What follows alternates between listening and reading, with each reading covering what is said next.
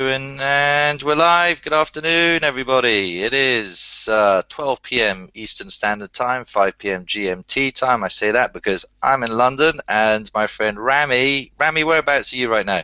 I'm in our Raleigh, North Carolina office. Raleigh, North Carolina. Excellent. Well, thank you, everybody, very much for joining us today. This is an exciting Hacker Hotshot because, in essence, it's the launch of our latest continuing education class. The class that we've developed, or the course that we've developed, it's a self-study course valid for one continuing education credit, and it's called E-commerce Bot Attacks: Learn How to Protect Your Website from Price Scraping. So we thought to ourselves, who better to invite on Hacker Hotshots but Mr. Bot himself, Rami Essayed. So Rami, you've obviously helped us put the course together. I'll let you take it away and kind of give us an overview of the problem that everyone's facing, and what the sort of current pros and cons of existing solutions are, and then talk a little bit about SaaS and how that fits into bot protection. Absolutely. Thanks so much, Max. So my name is Rami Assad. I'm one of the co-founders and the CEO of Distil Networks. We block bots. That is the fundamental premise of our company. And we're here to talk today about your e-commerce site and why you need to be worried about bot attacks. The bot attacks come in all shapes and sizes.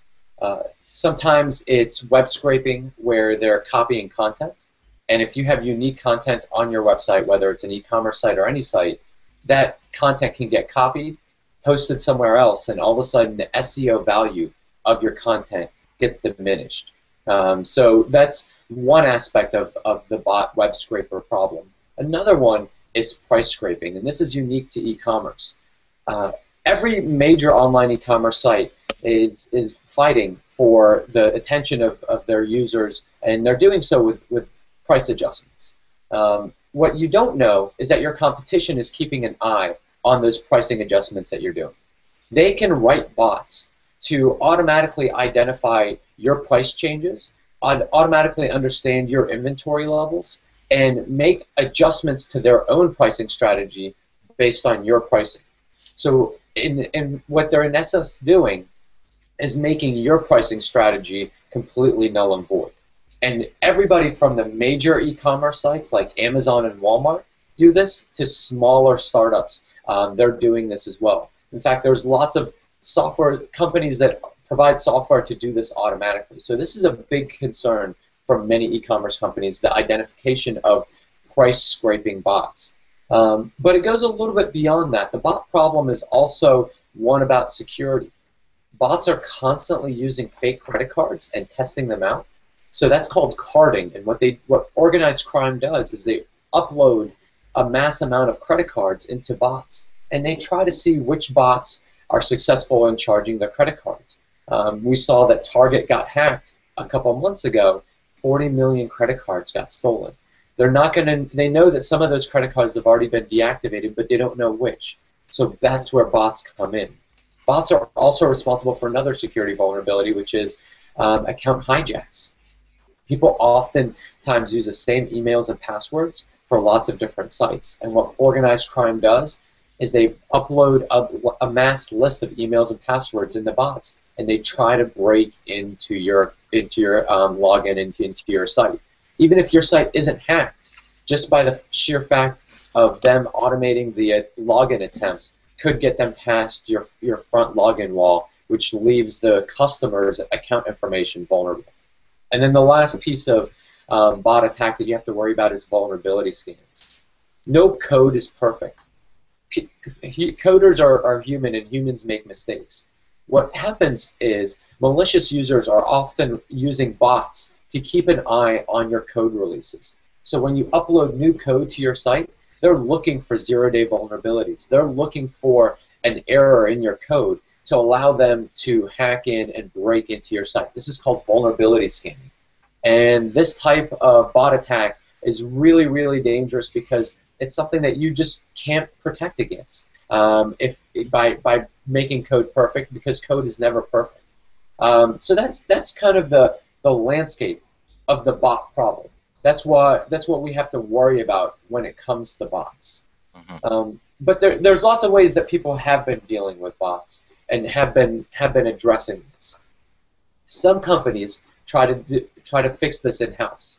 They have a team of people that look at the logs of their web servers, that look at the application logs, that look at the usage patterns of the site, and then react. They usually upload IP lists to their firewalls to block malicious users. They usually cancel accounts that they think are malicious that are associated with bots. But just think about that premise. You're looking for some sort of clue that malicious activity happened, and then you're reacting. That's very slow to catch the bots. It's reactive, so a lot of the time the damage has been done by the time you get to it, and it takes a lot of time and resources. I've heard of teams as many as 5, 10, 15 people or more that are just dedicated to doing this at big companies. That's a lot of resources that you have to dedicate to constantly react to the bot problem. Now, we've seen some sites implement CAPTCHAs, and CAPTCHA, as you know, is the squiggly lines, the cursive letters that nobody can read, everybody hates, has a hard time filling out. You know what we found out? We can't read them as humans, but bots can. They can actually pass them. It's easier for bots to get past CAPTCHA than it is for humans. And so they're not an effective solution. What's even worse is that it actually hurts your real users. We've done a study and we've shown that 3 to 5% of your users will not convert if you use CAPTCHA. Imagine that. If you lose 5% of your revenue just because you installed this CAPTCHA, that's a barrier to a lot of people. They hate it, they go somewhere else. So CAPTCHAs are a terrible, terrible solution. And then some people use blunt instruments like rate limiting or web application firewalls to try to address the bot problem. Rate limiting says that I'm going to look at this particular IP and not allow more than a certain number of connections to come in from this IP. Well, you know what? Nowadays we share IPs. A corporate network could have hundreds, if not thousands, of people behind that same IP. You can't use that blunt of an instrument to be able to identify a malicious person or not. Web application firewalls are very similar. They're static rule sets that allow you to say this is allowed and this is not allowed. The problem is bots are really dynamic. Static rule sets are not effective at addressing and stopping the bot problem. I say all of this to really lead into the fact that most e-commerce companies need to be exploring a purpose-built bot solution. We aren't the only solution out there as Distil. There are other solutions out there, but the premise is this is a problem that can only be addressed with understanding of the industry, with constant updates and monitoring, with something that's purpose-built to address it. And so I really think that this makes the case for a software as a service, something that's constantly updating, that you've subscribed to, that is purpose-built to help you address the bot problem. And so I encourage every single e-commerce company to explore the ecosystem of what is out there for identifying and mitigating bot attacks to help you protect your site.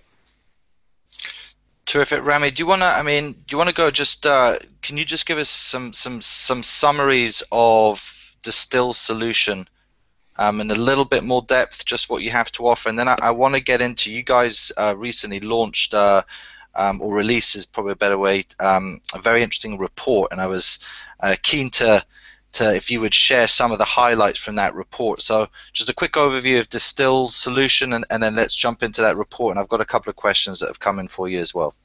Absolutely. So the way we've built Distil solution is layering lots of different tools together to be able to identify and stop malicious bots. We start with the fact that we granularly identify each connection, not block anything based on an IP.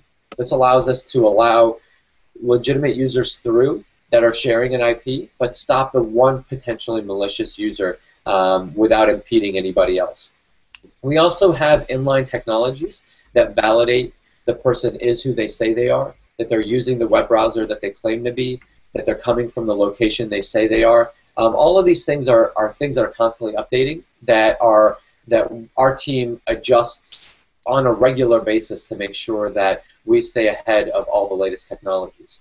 But beyond the fundamental technology, inline technology that we have, we also have a system of machine learning on the back end that learns your site-specific traffic pattern and finds behavioral anomalies to that are specific to bots. Fundamentally, bots are either very, very systematic in how they access your site or very, very random, both of which are going to fall outside of the norm. So the system of machine learning that we've established is customized to your specific site, but it allows us to identify new threats, and it does so in a proactive manner. We're not looking through logs after the fact. We're addressing this as the stream of data is going through. All of the technologies layered together allow us to be over 99% effective at identifying bots and have a 4.9 SLA or 4.9 accuracy in making sure we reduce false positives. So we're 99.99% sure that if we say this is a bot, it actually is, which is a huge problem for a lot of people. Do you want to give us some headlines from that report? There was some pretty interesting stuff there. Yeah, so the report was really fascinating, even for us. When we looked at the bot landscape, where bots were coming from, what time of day they were attacking, what they looked like, we realized that a lot of the traditional things that people did to block bots just weren't effective. For example, if you have an in-house team and you're in the US, what we found is that most bots attack between 6 and 12 p.m. That's probably when your team has gone home. So that's not going to be really helpful if you have a team of people that are monitoring your site. We also learned that bots aren't always generated from China, India, or Russia like we think they are. In fact, a lot of bots are built around the internet exchange points because that's where they can get the fastest internet pipes and the lowest cost of bandwidth. So what we found is that bots are coming from the US, from the UK, Amsterdam, Australia, all of these places that have major internet exchange points, that's where bots originate from. So when people traditionally block bots based on country of origin, well, you can't block the US if you have customers here. And that's where a lot of these bots are originating from. And we also realized that bots have gotten to be very good about lying who they say they are, about who they are. A lot of people block bots based on their user agent, but we found the majority, about 80+% of bots, have gotten to be very good at masquerading as real web browsers. So you can't use traditional user agent-based blocking to stop bots either. Those are just a couple of the quick highlights in that report. There's about 14 pages worth of data. Definitely not quite a quick read, but definitely a really interesting read. Excellent. We've actually added that report as a bonus in the course package. So anyone who registers or enrolls in the course will have access to that package. So, okay, I've got a whole bunch of questions. Is the quote robots.txt completely irrelevant now? You know, it's interesting. Robots.txt was a system, essentially an honor system-based way to allow or disallow bots. The internet itself was built on a system of trust, and we just always assumed that this trust will work. Well, you know, it really has failed us. That's why we had to bolt on SSL after the fact. That's why we had to start introducing DNSSEC. And robots.txt, just like the other ways, the other things in the internet, just doesn't work. People ignore it. Even some legitimate companies ignore it. So yeah, robots.txt is about as irrelevant as it gets now. The only people that listen to it are the search engines. Okay, how are bots written? What is the common language? Bots are written in all sorts of different languages. You can write bots in .NET, in PHP, in all sorts of different scripting languages. Now there's actually open source technologies that allow you to build up on top of them bots. And those open source technologies have gotten to be very powerful. They even automate real web browsers sometimes. So Ruby, for example, Water, Selenium, these technologies will move an actual web browser. They will use a real web browser in the bot. They will actually move a mouse, so you can't even detect mouse. You can move the mouse and use real mouse movements. They've gotten to be very, very sophisticated. So there's a plethora. I mean, I can name dozens and dozens of different types of languages that you can use to write bots. Awesome. How do you decipher between good bots, Google/Bing, and a bad bot? So that's really a part of the benefits of being a service provider that does this. We partner with a lot of the major search engines around the globe to whitelist them through our system. They're not going to do this for every single individual site, to give them their IPs, to allow them to know exactly what they're doing. But because we're a service provider specific to the bots, the bot industry, we've been able to partner with these search engines to whitelist the good ones through. Now, we make sure that we keep them honest. If we partner with a company, we make sure that they aren't doing anything malicious, that they abide by the wishes of our customers in that robots.txt file, and that they are an upstanding citizen of the web. That means that the data or the things that they scrape, they provide value back to our customers. Otherwise, we don't allow them to be whitelisted. Okay. Next question here. Blocking people from our site is blocking revenue. How do I know I'm not blocking real people? You know, this is a really important question for a lot of e-commerce companies. They're afraid to take any kind of blocking action because that can mean real dollars for them. So the thing to look at and the thing to do is to make sure that you have a gauge on accuracy.